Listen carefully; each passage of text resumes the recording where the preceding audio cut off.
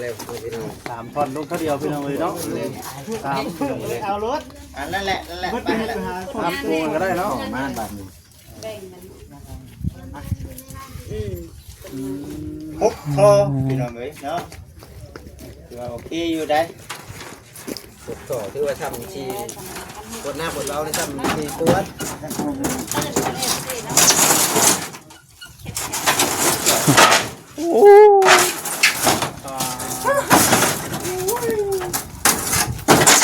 อึ๊บ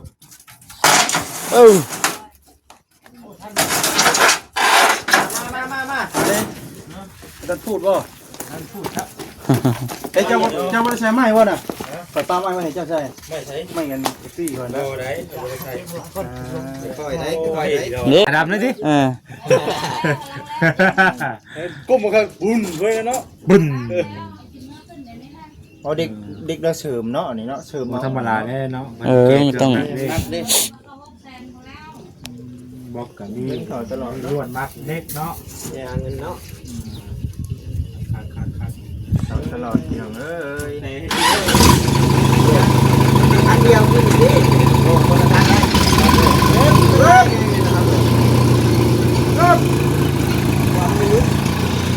โอ้ธรรมดาตัวนี้โคตรเลยเนาะอ่านหน่อยที่เราไม่ได้เลยนุ๊ดพี่น้องเลยที่ว่าคนนึงจะว่ามีแต่เล่าจักยันหัวเราไปเฮ็ดเวียกรุดหันรุดนี่นะหัวเรารุดดินเด้ว่างเด้แต่ก็มีลูกน้องเลยนะครับโอ้ยประตูรถควันไปทางประตูโบเนนก็ใส่ได้ลอกลุกประตูไปทางนี่เนาะจะไปที่เคยจิ๊บมีอายแล้วมันจะอายเห็นน้ำบ่ได้น้ำบ่ได้มาพี่น้องอนาเต้แน่บ่พี่ได้น้องก็ได้มันจะอยู่นอกเย็นนะนั่งอยู่นี่ก็ได้แจ้งแน่แจ้งว่าเป็นแจ้งอยู่เนาะคือว่ายังแต่แห่กับทรายเด้อเนาะที่ว่าเพิ่นยังบ่ทันได้เอามาส่งโดยแต่ว่าเรื่องของต่างๆเนาะพี่น้องเนาะเฮาก็ยังบ่ได้เอามาเทื่อเดี๋ยวเฮาเบิ่งแน่เนาะสำหรับเรื่องของมื้อนี้ก็ยังบ่ทันได้สำเร็จเสร็จสิ้นดอกแต่ว่าก็เอาสำหรับคลิปนี้หั่นแหละจำต้องขอบคุณเพิ่นเด้อขอบคุณเด้อแม่ว่าเช็ดห้องน้ำให้ลูกเจ็บให้ได้ของไข่วันนี้แม่เฮ็ดให้ลูกขอหาคืนแม่ร้อยเท่าพันเท่าเด้ออยู่ดีมีแห้งคือกันอยู่ดีมีแห้งคือกันมีแต่ทั้งเฮาเองก็คือว่าหั่นแหละพี่น้องเนาะก็สิมาติดตาม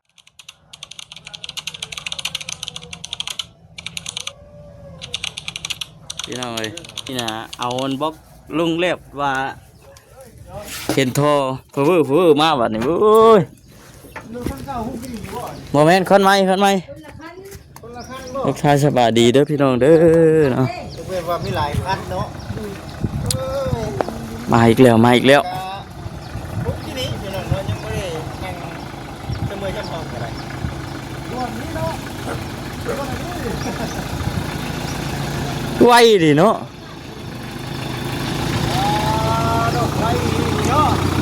ไวขนาดเนาะ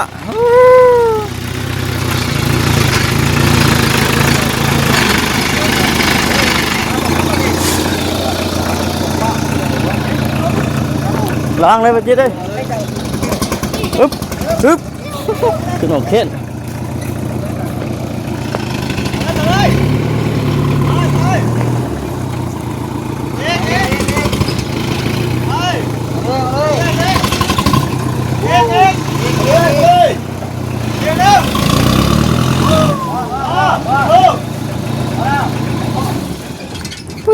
รวดเร็วทันใจเลยพี่น้องเลย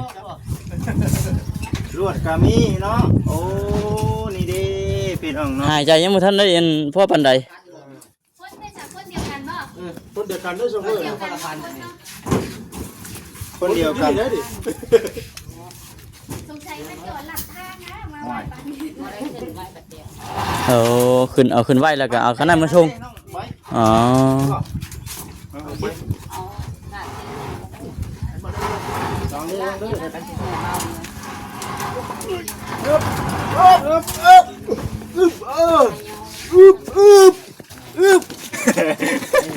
จะขึ้นนักอีกแล้วเจ้าของฮะไม่ใช่นี่แหละเดี๋ยวข่อยป้าก่อนเด้อ อันเพิ่นสิขุดลงได้ฮะ บ่ได้บ่บ่ได้นั่นแหละแค่นั้นแหละ บ่ได้ก็ย้ายเสาไปอีก ไม่ยากหรอกได้สั่งทำ เอ้ยพูดแล้วบัดช่างมาพูดแล้ว แม่น ว่าสุด เดี๋ยวสั่งเพิ่นมาเดี๋ยว เพิ่นเคลียร์พื้นที่ดอกดิ เอาบ่จักเอาลงก่อนพี่น้องเอ้ย ครัวเพิ่น เฮ็ดเขียวบ่ ได้อยู่สบายคนยันคิดเมื่อยไปขั้นดีเจเอาเนาะเราอยู่ ทั้งสมกับว่าเจ้ได้บ่จิเด้ เรื่องคำว่าเจ เส้นพระรามพอดีเพิ่นบ่เอิ้นเจ้ได้โอ้เพิ่นบ่ได้กิ๊กก๊อกเพิ่นบ่ได้เอิ้นเจ้ได้ พอมันไปลงไว้พกก่อน อันนี้รถเฉพาะแปลว่าเอาอันนี้ขึ้นน่ะ บุกเลยเนาะนี่เป็นท่อนะมีข่างอย่างเดียว อ่า เทนี่เลยนะยังมาลงก่อน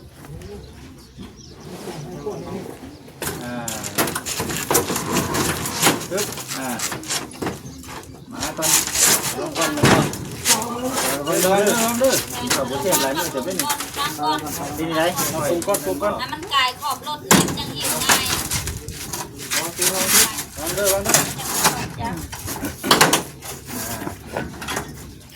ยค่อยอืม ไม่ยาก จุดสั้นบ่คำก็ได้ ให้กูกินมะขามเนาะแค่เดียว จุดสั้นคนบ่คำก็ได้ พี่น้องเลยเนาะมาเร็วพี่น้อง3 ท่อนลงเท่าเดียวพี่น้องเลยเนาะ3เอารถนั่นแหละไปหา3 ตัวก็ได้เนาะมาบาทนึง แบ่งมัน หกทอพี่น้องเอ้ยเนาะ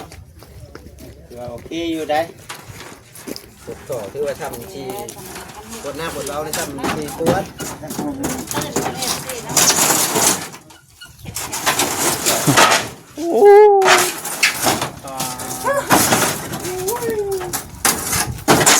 อึ๊บ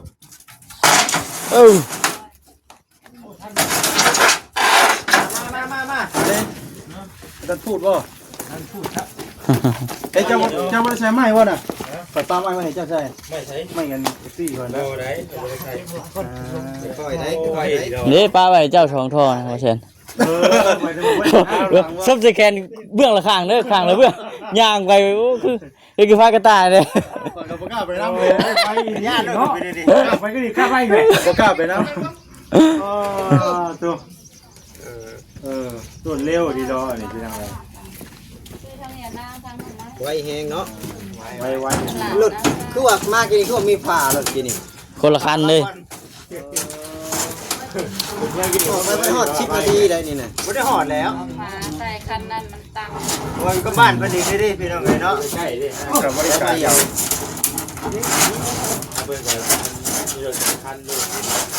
ที่นี่คนละคันเลยเนาะนี่กี่ป้า งามกว่าแต่ ไม่แต่คันเล็กเส้น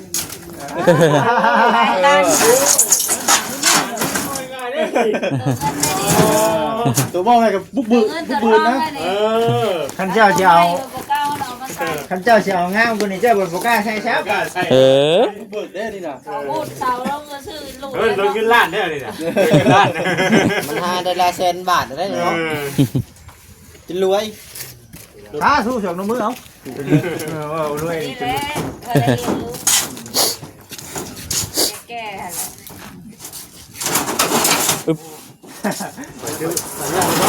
เป็นเดียวกันนี่วะ เค็ดเขียว ชื่อบอกมันคือพิษกันเนี่ยกับกาบมันไม่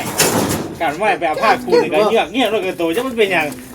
บวกเข้าใจขึ้นกัน สามน้ำไม่นะ แต่คือใจซื่อกันยังเงี้ยเลยคือตัว แห่กับไส้ ยังเห็ดกับไส้แต่ว่าให้ไส้พอก้อนว่ามานี่ อันดินแห้งนะ ดินเห็ดจังเข่าเนาะ อย่ามันตาบ่ มันหนักเลยเนาะตามเมืองอื่นเนาะประมาณ แสดงว่ายังติดหนีเขา เติบบ่ เห็ดกับไส้เนาะกี่ติดหนีได้คนธรรมดา บ่คิดว่า ติดหนีเด้อบัดเราเข้ามาก่อน ยังแต่อันเดียวนั่นว่าเนาะยังแต่ให้กับทราย เคยย่อได้เนาะ จะจ่ายแล้วบ่ แต่ว่าเงินทางกับแก้ใจได้เรียบร้อย ถ้าครบบ่ได้เนาะ โดยขอบคุณใจหลายๆโอเคยินดีมีแฮง แห้งปัง โอ้สาธุเนาะมีรถใหญ่ไว้ ๆกลับมันไปส่งพ่อ มีแล้วมีแล้ว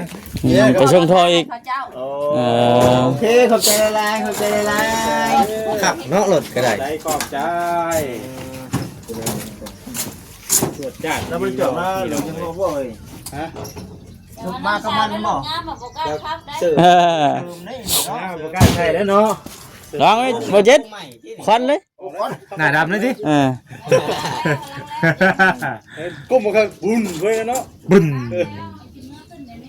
เอาเด็กเด็กเราเสริมเนาะนี่เนาะเสริม ธรรมดาเนี่ยเนาะ เออมันต้อง นับดิ บอกกันนี่ เงินเขาตลอด ล้วนมัดเล็กเนาะ เนี่ยเงินเนาะ คัก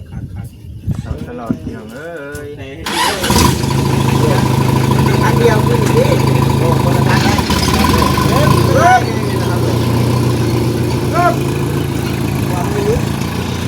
โอ้ธรรมดา วันนี้ โคตรเลยเนาะอ่านหน่อยที่ต้องบ่ได้เลย รุดที่เราเลย ถือว่าคนหนึงจะว่ามีแต่เล่าจักยันผัวเราไปเฮ็ดเวียกรุดหันรุดนี่นะ หัวแล้วรุดดินเด้ว่างเด้แต่ก็มีลูกน้องเลยนะครับโอ้ยประตูรถขวดไปทั้งทางประตูโบเนนเสร็จแล้วลบประตูไปทางนี่เนาะจะไปที่เคย จิ๊บมีอายแล้วประจัด อายเห็นน้ำบ่ได้น้ำบ่ได้มาพี่น้องอนาเต้แน่บ่พี่ได้น้องก็ได้มันจะน้องเย็นนะนั่งนี่ก็ได้แจ้งเนี่ยแจ้งว่าเป็นแจ้งอยู่เนาะที่ว่ายังแต่แห่กับทรายเด้อเนาะที่ว่าเพิ่นยังบ่ทันได้เอามาส่ง โดย แต่ว่าเรื่องของต่างๆเนาะพี่น้องเนาะเฮาก็ยังบ่ได้เอามาเทื่อเดี๋ยวเฮาเบิ่งราคาก่อนว่า ใช่ มัน เขา เป็น ต ได้ อกไว้ไหนวะดูไว้เดี๋ยวว่าต้องต่อไปข้างหน้าแล้วบ่ นี่แถวๆเดียวกันเดี๋ยวมันสิอันนั้น ไก่บ่ เดี๋ยวว่าอยู่ ว่านี่บ่ ใกล้เคียง ข กั อน งว่านี่ดูนี่ใกล้ๆนี่ก็ได้นี่ เดี๋ยวรถเพิ่นมาเฮาก็จึงปรึกษากับเพิ่นว่ามันสามารถต่อไว้ใช้ได้แน่นะ ถือว่าตกอยู่6 ล้าน440,000เนาะ6 ล้านเรื่องของต่างๆพี่น้องเอ้ยเนาะหมื่นแล้ว ยังบ่ได้ครบ ยังบ่ครบเนาะแม่นอยู่ ยังเดือวิทย์ ทั้งไม้ทั้งสังกะสีทั้งสะโครก ไม่48แล้วก็สังกะสีโอชักโครกแล้วก็ ของงอเนาะเจ้าของงอ ของงอปูนแล้วก็ประตู ตูนปูโอ้ยังหลายอีกเนาะนี่ ได้ก่อนล็อก นั่นแหละ ได้ก่อนเรา เพราะแต่ว่ามันก็สิบ่นักจำพวกนี้ว่า บ่นักเนาะ มันก็แบบแบบคลองแบบว่ามันแบบว่า หนักๆเนาะ ของนักเขาเอามาบ่ได้เด้ มีแต่ประตู มาเนจุบเบากับเฮากับเกมมาได้ พูดได้โดยรวมทั้งหมดทั้งค่าชุมค่าสร้างทั้งคือซื้อเครื่องอุปกรณ์น่ะมันตกอยู่ประมาณ 20,000 ประมาณนั้น ของน้ำนะ เจ้าตะเจ้าเสร็จตะเกาเนาะ โอ้ตอนนั้นเนาะ ไอ้เฮาก่อเด้คันคือได้ก่อนี่ก่อเฮ็ดแบบคือเฮือนบ่สิงนะเฮ็ดบ่สิงนะเฮือนสาวตรงนี้ เพื่อนนั้นได้พอกินกับจังสีตอกตามๆเพื่อนนะเฮ็ด แต่ว่าเฮ็ดได้น่ะมันก็อีกแบบนึง อีกแบบนึงเนาะเข้าใจพี่น้องเข้าใจอยู่ มันก็คนละแบบเด้สาวไม้แล้วก็สังกะสีแล้วก็ตอกแอมมาลง มีสาปูนเนาะ หรือว่าเอาแน่นว่าสังกะสีเอาสังกะสีเอาบ่ จังได้ใส่ไว้ ว่า ว่า จะได้เมื่อคืนมันบ่นี่กะสั่งมาบัดนี้ก็เจ้าเมื่อคืนมันบ่ สิได้ใส่ติ ว่าก็เฮือนบ่ เอาไว้เพื่อน แล้วก็เฮือน เป็นกันบอก ก็ได้ครึ่งบ่ฮักคนละครึ่งคนละครึ่งก้อนบ่ เนี่ยนะตัวนะฮะคือมันกัน เบ่งครึ่งนะเบ่งครึ่ง มาเบิ่งพี่ก่อนมามึงแต่ ยางทั่วไปแล้ว แบ่งพี่ก่อนบ่ได้บ่ของมาแทนนะได้เนาะได้ดอกเดี๋ยวพ่อมาเล่น ก็ของบ่จิตมุมใกล้ก็ได้บ่ทำมุมไกลกันมาบ่อยากให้มันคือกันปานใดก็ได้ก็จะเป็นท่อนี่จะเป็น6ท่อพี่น้องเอามาไว้ก่อนมาไว้อยู่แถวใกล้ๆนี่แหละเดี๋ยวพระเจ้าสิย่อไก่แล้วมันนักพระเจ้าเนาะ เขาต้องมาอยู่แถวใกล้ๆเดี๋ยวสร้างมาแล้วเขาปรึกษากันบัดนี้ว่าเอาจังได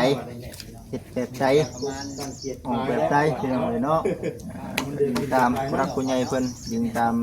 ทางสร้างเพิ่นว่าโอเคเฮ็ดแบบนี้ก็งามคือกันโอเคอยู่พวกเด็กเนาะกับเด็กดวดกะหอยไว้อยู่ในต่างแล้วเด้อน้องเด้อยันตกบางๆ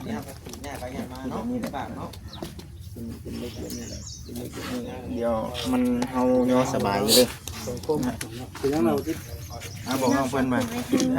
ไว้ตะลงไว้ดีฝุ่นนั่นแหละยัน ขี้เมียงเลยเนาะ โอ้แม่นแล้ว เมียงกัด ไปกินแม่งกินเองขี้ได้เนาะ หมอกพวงมาได้เด้อบ่มาได้ให้หมอกพวงมาได้ให้อันนี้แหละอันนี้ก็จะเป็น เฝ้านี่ก็นอนเฝ้าเอาเด้อ นี่ ใช่ไหมคนมาเฝ้า ได้อยู่เนาะอันนี้จะ เขา เป็น กิ้งกลุ่มไปแม่งเนาะ อันน่ะเสาเนาะพี่น้องเนาะเสาตัวเป็นเสริมตัวนี้ นี่ตัวนี้แต่ว่าถ้าได้ยกขึ้นแล้ว หลายอย่างอยู่มาน้องเต้ลองเบิ่งนี่เด้มีเสาอีกหลายอย่างนี่เด้ที่ พี่น้องเอามีขาในหลักกระทรวงกัน ตัวนี้ขวดเสามีเด็กอีกว่าโอเคอยู่เนาะ นี่จะเป็นมื้ออื่นบ่ได้เป็นสิมาอีกบัดนี้เนาะ แล้วว่าวัวปากให้มันดินแห้งก่อน แล้วคันคือว่าเฮาเอามามันข้ามมันหยังไปให้ยากอยู่เนาะ ว่าถ้าดินแห้งก่อนมา ใช่แต่ว่าโอ้ยเพื่อเฮาจะได้เฮ็ดโดนเติมอยู่ดอกเพื่อเฮาขุดแล้วอีก เพื่อพุดอีกเนาะเพื่อพุดอีก เราลัดเป็นแม่สร้างเลยมาผมพูดก่อน บ่ขุดน่ะอิงตามเฮาสิขุดเอาเลยหม่องใดกะ เดี๋ยวเอาเนาะหม่องใด เฮาสมมุติว่าเฮาสิตั้งห้องน้ำตัวห้องน้ำหม่องไหนเฮาก็อ่านเอาแล้วนี่คือสร้างเพิ่นก็ถามเฮาคือเก่า มาสิใช้ เฮ็ดอยู่ใช้เหรอวะเฮ็ดหม่องใด อยู่บ่เลยเพื่อเอาอีก บ่ ดิ ได้เฮาคือเก่า เอาละ เออ เอาครัวเข่าอยู่นี่ใช่ดูพื้นครัวเข่าอยู่นี่ห้องน้ำกับแป๊ดเข่าเลย ห้องน้ำอยู่ตัวห้องน้ำอยู่นี่บ่ กระตูมัน ขุดอยู่ใจนี่ พูดเจนี่ นี่เนาะ เจบงปานนี่นั่น เดี๋ยวว่าขุดมาห่วงพี่บ่ ไหนๆก็ได้มัน คุณหันประตูตัวของหน้าอยู่นี้ เอา2 เมตรลองอยู่ผมดูฮะ ตัวห้องน้ำมันแหนเพียงนี่แล้วบ่น้องหรือว่าได้นี่ อิง หรือว่าผู้เป็นหลังทหารได้บ่นี่น่ะ มันได้บอกคำว่ามัน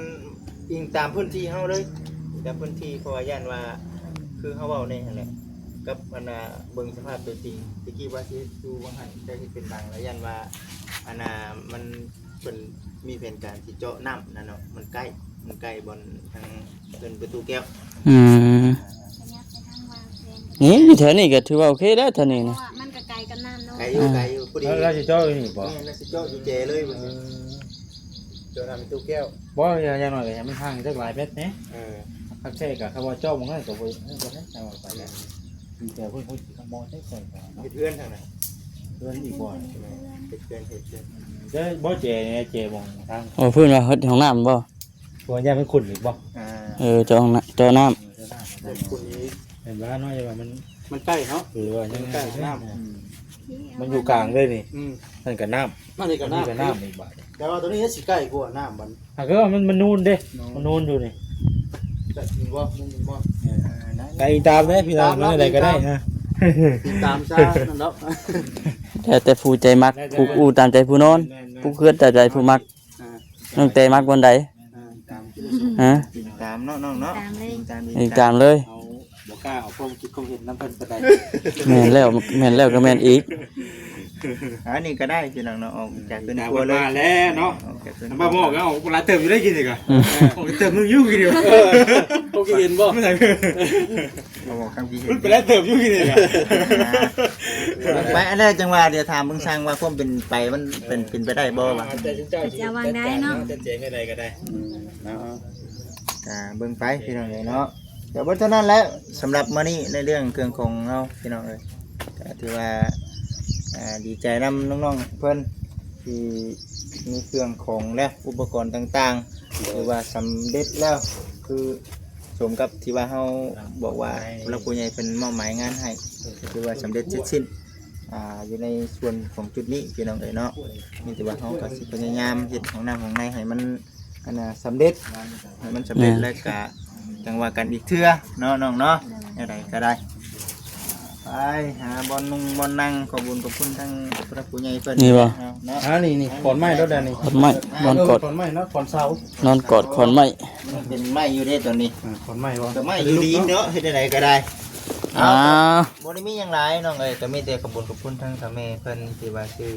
อุปกรณ์เครื่องของน้ำให้แน่เนาะสำหรับเครื่องของมื้อนี้แต่ยังบ่ทันได้สำเร็จเสร็จสิ้นดอกแต่ว่าก็เอาสำหรับคลิปนี้หั่นแหละให้กับน้องขอบคุณเพิ่นเด้อ ขอบคุณเด้อแม่ว่าเช็ดห้องน้ำให้ลูกเจ็บไว้ได้ของไข่ไว้แม่เฮ็ดให้ลูกให้ขอหาคืนแม่ร้อยเท่าพันเท่าเด้อ อยู่ดีไม่แห้งคือกันอยู่ดีไม่แห้งคือกันมีแต่ทั้งที่เฮาเองก็คือว่าหั่นแหละพี่น้องเนาะก็สิมาติดตามเบิ่งเรื่อยๆเนาะ เดี๋ยวอัปเดตเนาะ จนแล้วจนทั่วพุ่นแหละว่าจังไดก็ได้ แม่น อันนี้เด้อว่านำทำให้เพิ่นว่าเศษนึง ปัจจุบันจ้ะ 2แท้โอ้โหสมครึ่ง ตะกี้ก็เดือนนี้เนาะ ตะกี้ว่าเนาะ เสานี่เพิ่นว่าเท่าใด ต้น500 เอาต้น500 3เซน3เซน5 3เดือน5พุ่นแล้ว อ๋อ2เซน5เบิ่งว่า 500ดิ ต้นละ500พุ่นแล้ว ขึ้นไปเซนพุ่ม เพราะว่าน้องกับแรกน้องไปหาซื้อปลาไว้ไปสั่งปลาไว้แล้วก็ซื้อไก่แม่ซื้อไก่เห็ดไก่ควันนะ ปลาหยังก็ ปลานี่ สิไปชื่ออยู่สาย อยู่นอกเละ มีบ่อนมีอยู่บ่มีบ่อนชื่ออยู่บ่อ๋อ ซื้อไปสั่งคนได้แล้วก็มือเช้าเนี่ยมาเอาไปเอานะเอาบลายดอกเอาประมาณ200,000ปลาย โอ้ มาซื้อไก่น้ำแล้วก็ขายปูเคนอะไรมีขายปูเคนนะมีผ้าขวัญดอกปูเคนน้อยๆในผ้าขาว เป็นผู้ ซื้อ เขียนหน่อยได้ผ้าขาวเนาะเอาก็เฮ็ดเอาเนาะเฮ็ดเอามีแต่มื้ออื่นน่ะขึ้นเนาะมื้ออื่นเนาะมื้ออื่นน่ะขึ้นเดี๋ยวบ่แล้วพี่น้องมื้ออื่นเฮาก็พอกันคำว่ามาบ่ทวงบ่ทันก็จัดการก่อนโดดเดี๋ยวจังได๋ก็ทางง่ายก็มาอยู่แล้วเนาะมาอยู่แล้ว โทรหาพ่อสหา ใส่แล้วถามโบกเบิดนั่นแหละหมู่ผู้ทางทีมงานผู้เป็นพาเฮ็ดพาสร้างเนาะบอกไว้เบิดสู่ผู้สู่คนเอาก็คือว่าหั่นแหละพี่น้องเอ้ยโอ้ดีใจในที่สุดก็ฮอดมื้อฮอดวันแล้วเนาะฮอดมื้อฮอดวันแล้วก็รอรุ่นไปพี่น้องเด้อเนาะสิแล้วมื้อใดวันใดแล้วก็สิประมาณนี้แหละ